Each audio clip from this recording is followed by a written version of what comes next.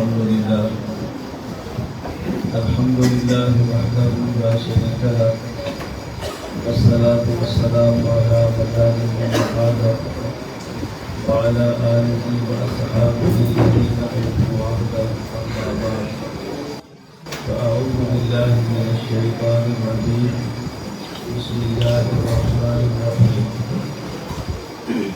ما كان محمد أبا أحد من رجالكم ولكن رسول الله وخاتم النبيين وقال النبي صلى الله عليه وسلم الراحمون يرحمهم الرحمن ارحموا من في الأرض يرحمكم من في السماء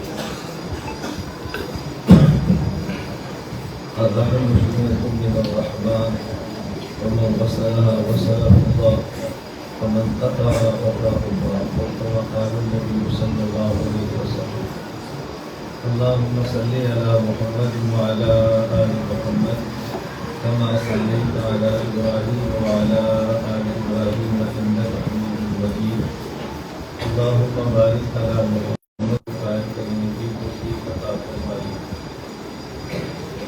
میں سب سے پہلے گفتگو کے آغاز میں حضرت کے فرمانے پر حدیث مبارک کی اجازت دے دیتا ہوں۔ میں نے قصداً اس حدیث مبارک کو خطبے کے اندر تلاوت کیا ہے تو ہمارے عام مشاہد کی حدیث کی مبارک عادت ہے تو ان کی خواہش ہوتی ہے کہ جب حدیث پہلے الحدیث و مسلسل مقبولیت کی اجازت ہے، اس لیے میں نے حدیث پڑھی ہے۔ جو حضرات پہلی مرتبہ مجھ سے براہ راست گفتگو سن رہے ہیں وہ کہہ سکتے ہیں کہ ہم نے سب سے پہلے اس بندے سے یہ حدیث پاک سنی تھی، یہ میں نے حدیث پاک تلاوت کی ہے اور یہ مجھ سے لے کر سفیان دونوں کو یہ تک رحمہ اللہ یہ حدیث مسلسل بالاولیت ہے، یعنی میں نے یہ حدیث مبارک سنی ہے۔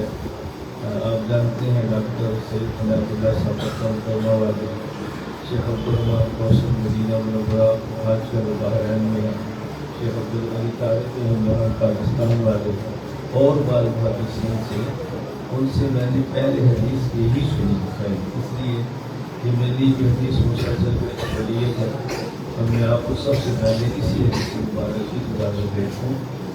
آپ میری طرف سے اس کو بطور الحدیث المسلسل بالاولیت کے آگے بیان کروا سکتے ہیں، اور اس کے علاوہ کتب متداولہ غیر متداولہ تمام احادیث جن کی مجھے مشاہد حدیث سے اجازت حاصل ہے میں آپ کو اس کی اجازت دے سکتا ہوں۔ ہم سب کو احادیث مبارکہ کو سمجھنے کی اور پھیلانے کی عمل کرنے کی توفیق عطا فرمائے۔ جس طرح مولانا بارہا صاحب نے ابھی کہا حدثنا محمود بن مشکاف قال حدثنا محمد بن حسین عن عمارة بن قعقاع عن ابي زرعة عن ابي هريرة قال قال رسول الله صلى الله عليه وسلم كلمتان حبيبتان الى الرحمن خفيفتان على اللسان ثقيلتان في الميزان سبحان الله وبحمده سبحان الله العظيم۔ میں اس حدیث مبارک کو تلاوت کے بعد جیسے میں نے پہلے عرض کیا تمام احادیث جن کی مجھے محدثین کی اجازت ہے آپ تمام کی مسلم اجازت دیتا ہوں۔ ہماری خالص طلباء کی مجلس ہے، کافی طالب علم ہیں، طالب علم ہیں، اس لیے میں ایک مدعے پر بات کرتا ہوں۔ آج ملوی شروع کی جامعہ البیدیہ میں نے وہاں 1 گھنٹے سے کچھ زائد ضروری صرف ایک بات کو سمجھانے کے لیے کہ شعور اور علم میں فرق ہے، شعور کا معنی کیا ہے اور علم کا معنی کیا ہے۔ میں آج آپ کی خدمت میں ایک بات اس کو اچھی طرح سمجھ لیں، اور یہ گفتگو جو میں کر رہا ہوں بانی دارالعلوم دیوبند مولانا محمد قاسم نانوتوی نور اللہ پر نے تہذیب الناس کو فرمائی ہے۔ ہمارے عام طور پہ عادت یہ ہے کہ جو کتاب مشکل ہوتی ہے اس کو چھوڑ دیتے ہیں، کیونکہ مشکل ہے میں نے کہا اتنی مشکل ہوتی تو لکھتے ہی کم، اس زمانے میں کسی کو مشکل بھی سمجھ آ سکتی ہے۔ تحذیر الناس نروزی رحمۃ اللہ علیہ کی کتاب ہے، اور وہ ایک حدیث مبارک پر سوال کے جواب کے اندر تحذیر الناس انکار اثر ابن عباس رضی اللہ تعالیٰ عنہ، میں اس کے بعد کی طرف بات نہیں ہو جائے گی، میں مختصر سی بات کرنا چاہتا ہوں، اس کو اچھی طرح سمجھیں۔ دنیا میں کمالات کی دو قسمیں ہیں، یعنی کمالات دو قسموں میں منحصر ہے۔ نمبر 1 کمال علمی، نمبر 2 کمال عملی۔ اور نبوت کمال علمی ہے، نبوت کمال عملی نہیں ہے۔ نبوت کمال علمی ہے، کمال عملی نہیں ہے۔ آپ اس کو سبق سمجھو، بیان نہ سنو۔ آپ نے بیان سنا تو آپ نے کہنا فلاں مولانا صاحب آئے تو بیان کر گئے، اگر آپ نے سبق پڑھا تو آپ نے کہنا استاد جی محمد صاحب نے سبق پڑھایا۔ سبق سمجھے۔ کمالات کی دو قسمیں ہیں، نمبر 1 کمال علمی، نمبر 2 کمال عملی۔ نبوت کمال علمی ہے، نبوت کمال عملی نہیں ہے۔ نبوت کے کمال علمی ہونے کی دلیل کیا ہے؟ کسی شخص کا کمال وہ ہوتا ہے جو اس میں ہو اور دوسرے میں نہ ہو، یا جتنا اس میں ہے اتنا دوسرے میں نہ ہو۔ ایک طالب علم کہتا ہے کہ میرے استاد جی روزانہ 6 گھنٹے سبق پڑھاتے ہیں، دوسرا کہتا ہے ہمارے استاد جی 7 گھنٹے پڑھاتے ہیں۔ کمال کیسے ہو؟ کمال ہوتا ہے جو صاحب کمال میں ہو اور دوسرے میں نہ ہو، یا جتنا اس میں ہے اتنا اس میں نہ ہو، یہ ہے نبوت کمال علمی ہے۔ یہ دلیل کیا ہے میں بتانے لگا ہوں۔ بعض انبیاء سے افضل ہے۔ قرآن کریم میں ہے تلک الرسل فضلنا بعضهم علی بعض۔ قرآن کریم میں وَلَقَدْ فَضَّلْنَا بَعْضَ النَّبِيِّينَ عَلَىٰ بَعْضٍ۔ بعض انبیاء بعض سے افضل ہیں، یہ سے قطعی سے ثابت ہے۔ سوال یہ ہے کہ ایک نبی کی دوسرے نبی سے فضیلت کی وجہ کیا ہے؟ اس پہ نص نہیں ہے، اب اس میں ذوق اور اجتہاد چل رہا ہے۔ تو وجہ یا علم ہو سکتا ہے یا عمل۔ اگر ایک نبی کے دوسرے نبی سے افضل ہونے کی وجہ، توجہ رکھے وجہ، وقت تھوڑا ہے اور میرے سبق کی میرے بیان کی خصوصیت یہ ہے کوئی آدمی پہلی بات میں سنے تو اس کو کچھ سمجھ نہیں آتی، تو میرا بیان بہت مربوط ہوتا ہے۔ توجہ رکھیں، نبوت کا میں پھر شروع کریں گے۔ میری عادت ہے کہ میں پوری کوشش کرتا ہوں کہ سمجھاؤں بھی اور یاد بھی کرتا ہوں۔ آدمی کبھی سمجھتا ہے یاد نہیں کرتا، اور کبھی یاد کرتا ہے تو سمجھتا نہیں۔ میں کہتا ہوں کہ آپ یاد بھی کریں اور سمجھیں۔ یہاں سمجھ ہے بات پر آپ کی مرضی بلاتی یاد رکھیں، وہ آپ کا مسئلہ ہمارا نہیں ہے۔ نبوت کمال علمی، میں پھر شروع سے کہہ دیتا ہوں۔ کمالات کی دو قسمیں ہیں، نمبر 1 کمال علمی، نمبر 2 کمال عملی۔ نبوت کمال علمی ہے، کمال عملی نہیں۔ دلیل کسی شخص کا کمال وہ ہوتا ہے جو اس میں ہو اور دوسرے میں نہ ہو، یا جتنا اس کے پاس ہے اتنا دوسرے کے پاس نہ ہو۔ نبوت کمال علمی ہے، دلیل قرآن کریم میں ہے تلک الرسل فضلنا بعضهم علی بعض۔ قرآن کریم میں ہے وَلَقَدْ فَضَّلْنَا بَعْضَ النَّبِيِّينَ عَلَىٰ بَعْضٍ۔ بعض رسول بعض رسولوں سے افضل ہیں، بعض نبی بعض نبیوں سے افضل ہیں۔ جن پر وحی آئے ان کی دو ہی قسمیں ہیں، یا نبی یا رسول۔ ایسا تو نہیں کہ نبی بھی نہ ہو، رسول بھی نہ ہو، وحی آتی ہو، قادیانی تو ہو سکتا ہے، نبی نہیں ہو سکتا۔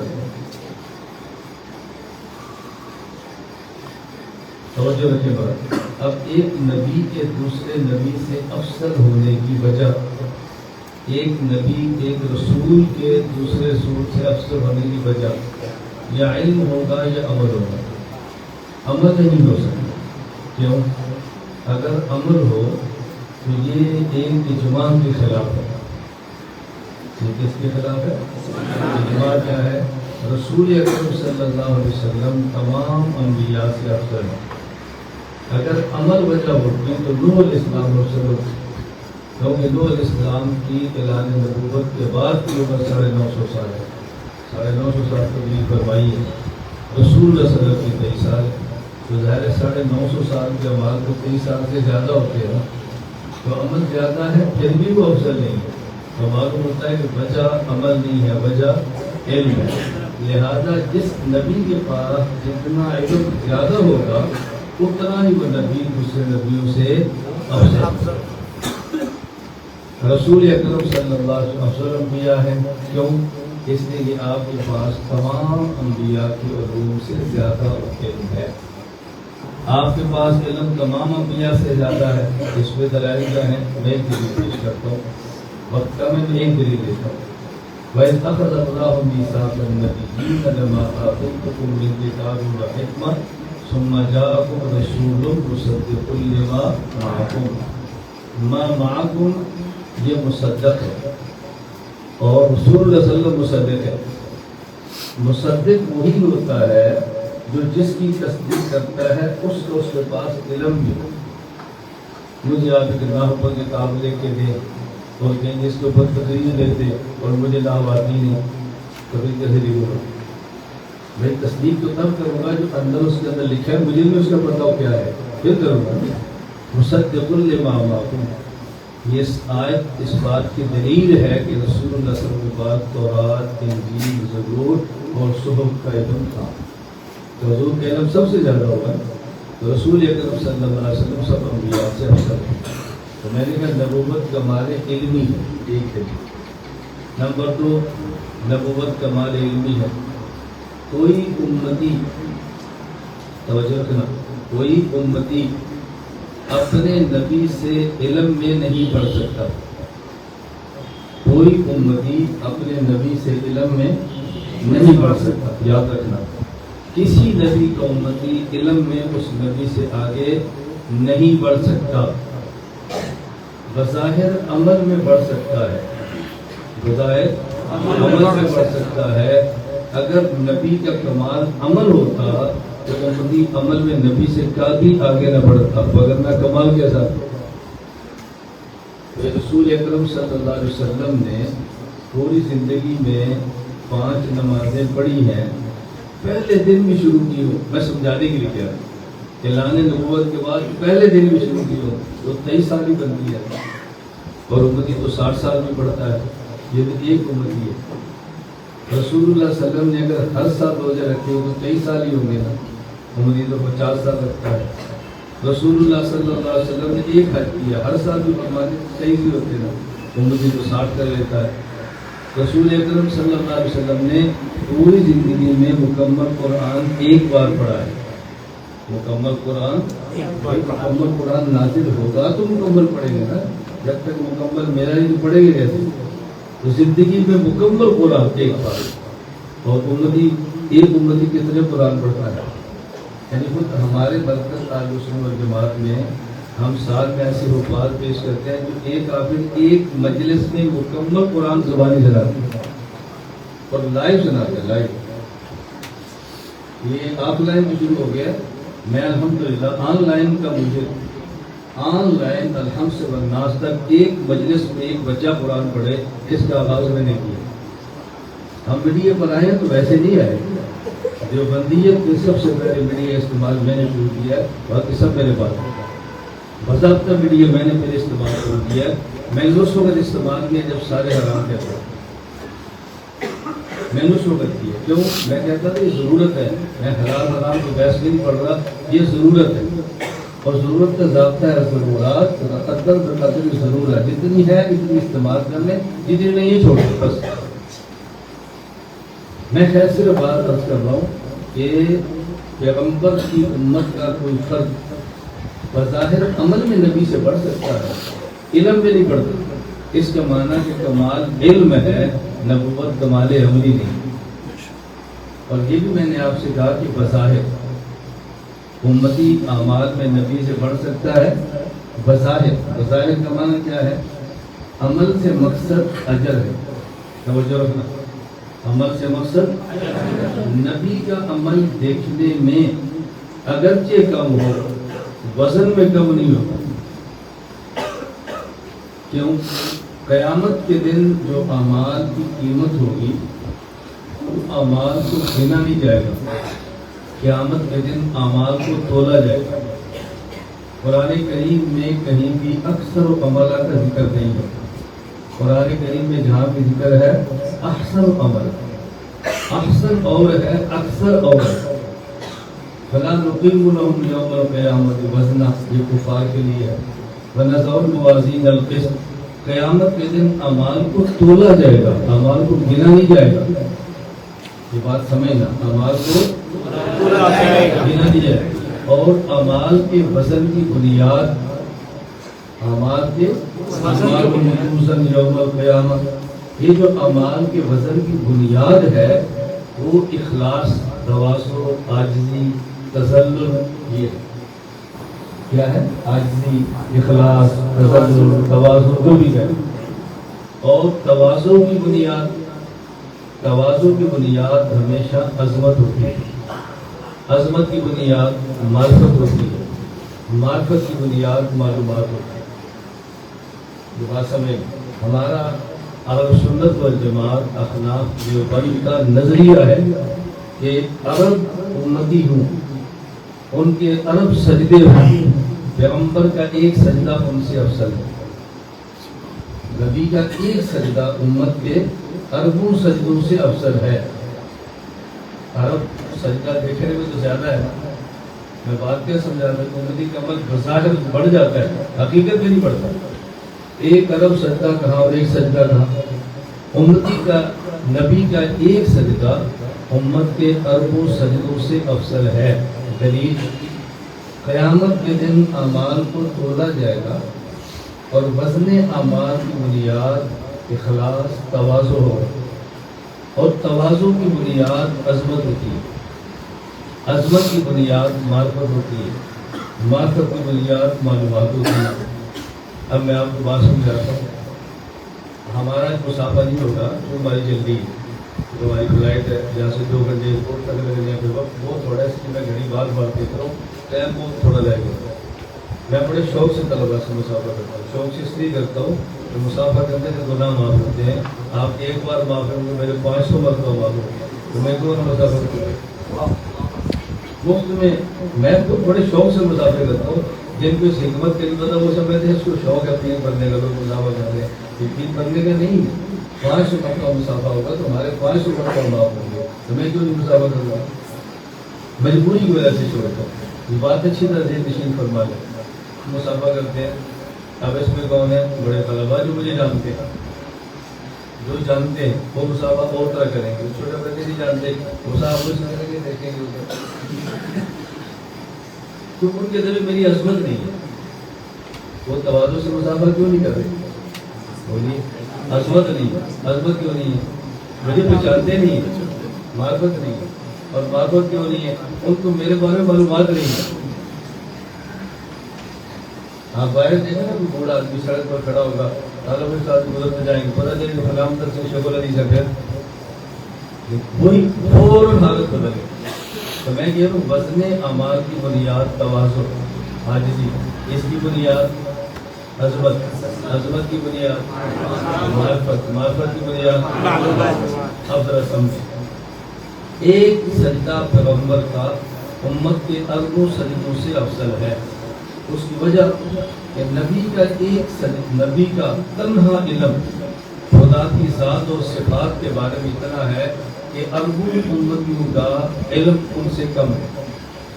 تنہا پیغمبر کا علم اللہ کی ذات اور صفات کے بارے میں اربوں امتیوں کو علم سے زیادہ. نتیجہ، تنہا پیغمبر کو خدا کی ذات اور صفات کی معرفت اربوں امتیوں سے زیادہ. نتیجہ، تنہا پیغمبر کے قلب اطہر میں اللہ کی عظمت اربوں امتیوں کے قلوب میں جو عظمت ہے اس سے زیادہ. نتیجہ، پیغمبر کا ایک سجدہ جس تواضع سے ادا ہوا ہے اربوں امتیوں کے اربوں سجدی اس تواضع سے ادا نہیں ہوئے. اس لیے اگر قیامت کو تول لیا جائے، نبی کی آواز سنتے نہیں، قیامت کو یاد رکھنا، اگر تول لیے جائیں تو پیغمبر کے ایک سجدہ اربوں سجدوں سے آگے نکل گئے. اس لیے میں غلط فہمی دور کر رہا ہوں کہ نبوت کمال علمی ہے.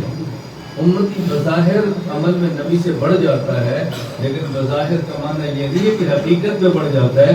ہم نے اس کی وضاحت کی ہے. تحذیر الناس کی ایک عبارت یہ ہے جس کی بنیاد طالب بدعت کو گستاخ کہتا ہے. یہ آپ کو سمجھ آ گئی کہ نہیں؟ بولو. تحذیر الناس مشکل ہے. ایک بار آپ سمجھ گئے، ایک اور رہ گئی، دو عبارتیں قابل اشار ہیں.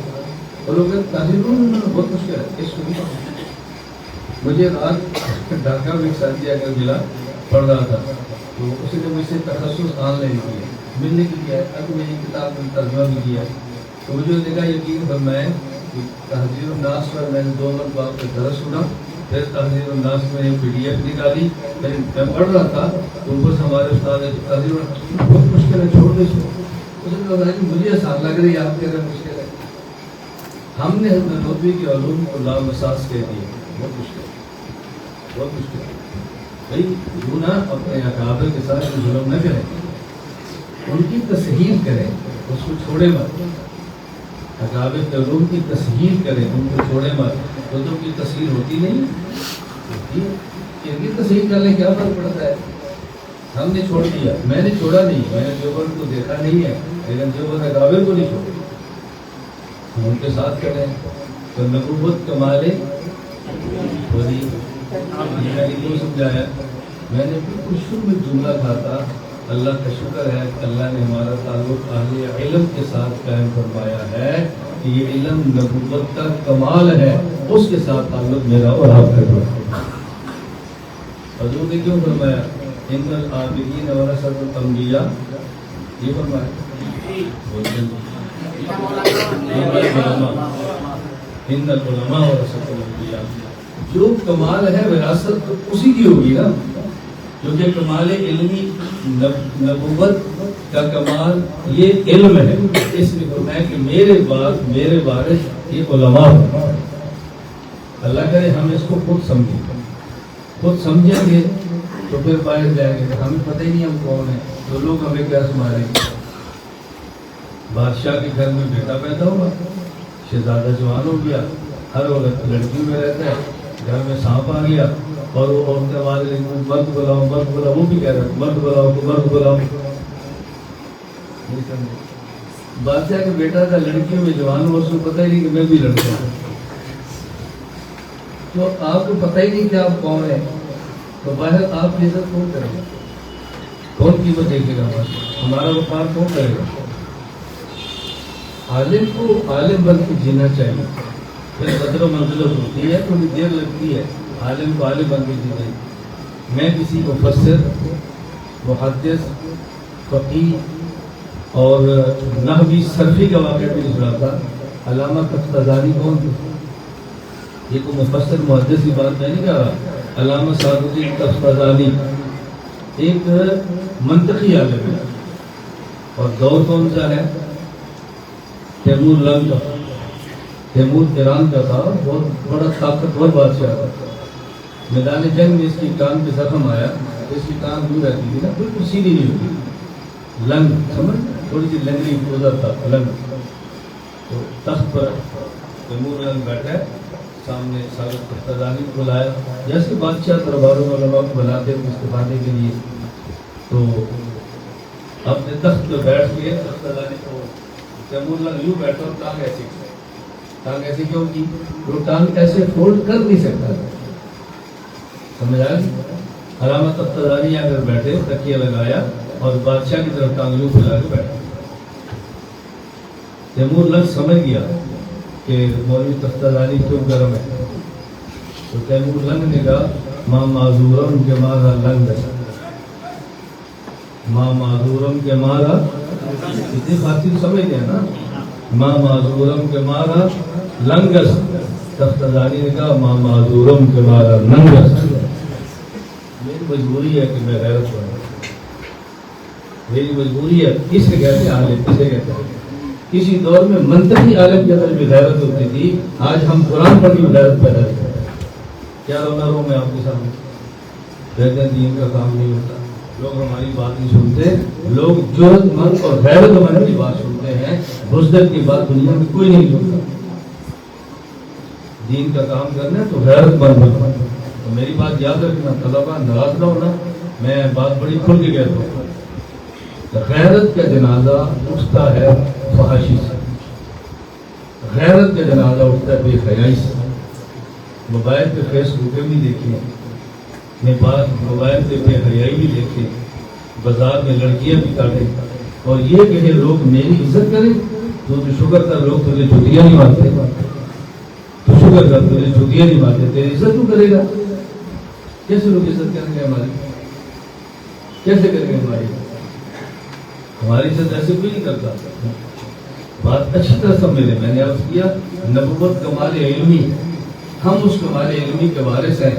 پھر جیسے نبی کے علم کے وارث ہیں اسی طرح ہمیں نبی کی غیرت کے وارث ہونا چاہیے. غیرت کے ساتھ جو جینے کا مزہ آتا ہے. اللہ تعالیٰ مجھے اور آپ سب کو علم بھی عطا فرمائے، اللہ عمل بھی عطا فرمائے، اللہ دینی غیرت بھی عطا فرمائے. آپ موبائل کو چھوڑ دو، ڈالو. آپ کو کہ تیرے اپنی جیب میں ہے، ہمیں کہتا ہے چھوڑ دو. تیری اپنی جیب میں ہے. میری جیب میں موبائل ہے تو میں آپ کے ساتھ بیٹھا ہوں نا. نہیں سمجھ آئی؟ میرے موبائل نے مجھے یہاں تک پہنچایا ہوا ہے. میں نے اپنے موبائل سے کام لیا ہے. میں ایک دفعہ ساتھیوں سے مذاق سے میں کہہ رہا تھا، میں نے کہا بھائی ہر کسی کے پاس موبائل ہے، ہمارے پاس بھی موبائل ہے. تو رسول اللہ صلی اللہ علیہ وسلم فرمایا کہ ہر بندے کے ساتھ ایک شیطان ہوتا ہے. صحابہ نے عرض کیا حضور آپ کے ساتھ بھی ہے؟ فرمایا میرے ساتھ بھی ہے لیکن اللہ نے اس کو میرے تابع کر دیا ہے. میں نے کہا شیطان میرے ساتھ بھی ہے لیکن اللہ نے اس کو میرے تابع کر دیا. ہم نے اس کافر کو مسلمان کیا ہے. لوگ کبھی مجھ سے کہتے ہیں تبلیغی جماعت والے کہتے ہیں ہم نے کافر مسلمان کیے. میں نے کہا ہم نے بھی 3-4 کافر مسلمان کیے ہوئے. میں تبلیغ والے نہیں کہتا، میں تبلیغی جماعت والے کہتا ہوں. کیا کہتا ہوں؟ میں تبلیغ والے نہیں کہتا، تبلیغی جماعت والے کہتا ہوں. تبلیغ والا تو مؤذن ہے جو دن میں 5 مرتبہ کہتے ہیں اللہ اکبر. اس کی اذان پر پورا گاؤں جمعے کے لیے آ جاتا ہے. وہ مبلغ نہیں تو پھر کون ہوگا؟ تبلیغ والا تو مسجد میں درس قرآن دینے والا ہے. تبلیغ والا تو 4 گھنٹے سبق پڑھانے والا ہے. یہ سب مبلغ ہیں. لیکن تبلیغی جماعت والے، تبلیغ اور ہے، تبلیغی جماعت اور ہے. تبلیغی جماعت تبلیغ کا ایک شعبہ ہے. ایک شعبہ اذان دینا، ایک شعبہ امامت کرنا، ایک شعبہ قرآن پڑھانا، ایک شعبہ حدیث فقہ پڑھانا، ایک شعبہ مناظرے کرنا، سٹیج پہ تقریریں کرنا. یہ سب دین کے شعبے ہیں. شرعی سیاست کرنا یہ بھی تبلیغ ہے. اس کا ایک شعبہ وہ ہے جو تبلیغی جماعت والوں کے پاس ہے کہ گلی گلی محلے محلے ایک ایک بندے کو جا کے دین کی دعوت دینا. ہم تسلیم کرتے ہیں لیکن اتنا کرتے ہیں جتنا ہے، بس اتنا کرتے ہیں جتنا ہے. آپ ناراض ہو جائیں تو ہو جائیں، ہمیں کیا فرق پڑتا ہے. خوش ہوتے ہیں تو ہو جائیں، ہمیں کیا فرق پڑتا ہے. خوش ہوں گے تو آپ کی صحت اچھی رہے گی، ناراض ہوں گے تو ہم تو بحمد اللہ تعالیٰ پروف ہے اس معاملے میں. ہمیں کچھ ایسا نہیں دنیا میں لوگ کیا کہہ رہے ہیں. ہم تو ہنستے سے گاڑی میں بیٹھتے ہیں اور جا کر اپنے کام میں لگ جانا ہے. خوش ہوں گے تو آپ کی صحت اچھی رہے گی اور آپ ناراض ہوں گے تو آپ کی صحت خراب ہوگی. تو میری گزارش سمجھ رہے ہو؟ ہم علماء کو یہ بات سمجھنا چاہیے. میں تبلیغی جماعت کے کام کا قائل ہوں، تبلیغی جماعت کا مخالف نہیں ہوں، لیکن تبلیغ والے نہیں، تبلیغی جماعت والے کہتا ہوں. تبلیغ والے تو ہم سب ہیں، ان میں ایک شعبہ ان کے پاس ہے. مجھ سے کبھی بات ہوتی ہے تو ایک تبلیغ جماعت کا ساتھی کہنے لگا کہ ہم پورے دین کا کام نہیں کر رہے. میں نے کہا آپ تجوید سے قرآن پڑھ سکتے ہیں؟ کہتے نہیں. میں نے کہا آپ قرآن کا ترجمہ کر سکتے ہیں؟ کہتے نہیں. میں نے کہا آپ تفسیر کر سکتے ہیں؟ کہتے نہیں. میں نے کہا فتویٰ دے سکتے ہیں؟ کہتے نہیں. میں نے کہا آپ نے ایک دن جیل میں کاٹا ہے؟ کہتے نہیں. میں نے کہا کبھی لڑے ہو دین کے لیے؟ کہا نہیں. تو میں نے کہا پورے دین کا کام آپ کیسے کر رہے ہیں؟ بھائی آپ دین کا کام کر رہے ہیں میں مانتا ہوں، لیکن پورے دین کا یہ ماننا میرے لیے مشکل ہے. جتنا ہے ہم اتنا مانتے ہیں، جتنا ہے ہم اتنا مانتے ہیں، اس کی قدر کرتے ہیں. بس اللہ میں یہ باتیں سمجھنے کی توفیق عطا فرمائے. میں اس لیے کہہ رہا ہوں کہ آپ عالم ہیں، اپنے علم کے ساتھ چلو، غیرت کے ساتھ چلو، پھڈے لڑائی کے بغیر چلو. تو میری آپ سے گزارش ہے، اللہ نے جو دن مدرسے کے دیے ہیں اس کو علم میں لگاؤ گے نا بھی انشاءاللہ، علم میں لگاؤ، تقوی کے ساتھ لگاؤ، ذکر کے ساتھ لگاؤ، تعلق میں اللہ کے ساتھ لگاؤ، موبائل، فیس بک، یوٹیوب ان سے اپنی جان چھڑا کے لگاؤ، انشاءاللہ ثم انشاءاللہ ایک وقت آئے گا باہر نکلیں گے تو پھر آپ کو کام کرنے کا مزہ آئے گا۔ اللہ مجھے اور آپ سب کو عمل کی توفیق عطا فرمائے۔ وآخر دعوانا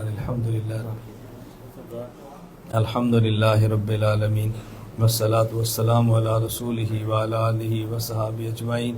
اے اللہ ہم سب کو دین کی مقبول خدمت کی توفیق عطا فرما، اس ادارے کو ظاہری اور باطنی ترقی عطا فرما، اساتذہ کرام معلمین کو اپنی شان کے مطابق اجر عطا فرما۔ اے اللہ طلبہ و علمی ذوق، علمی صلاحیت و تقوی عطا فرما۔ اے اللہ ہماری نسلوں کو بھی تو دین کے لیے قبول فرما لے، ہمارا خاتمہ ایمان پر فرما دے۔ اجمعین برحمتک یا ارحم الراحمین۔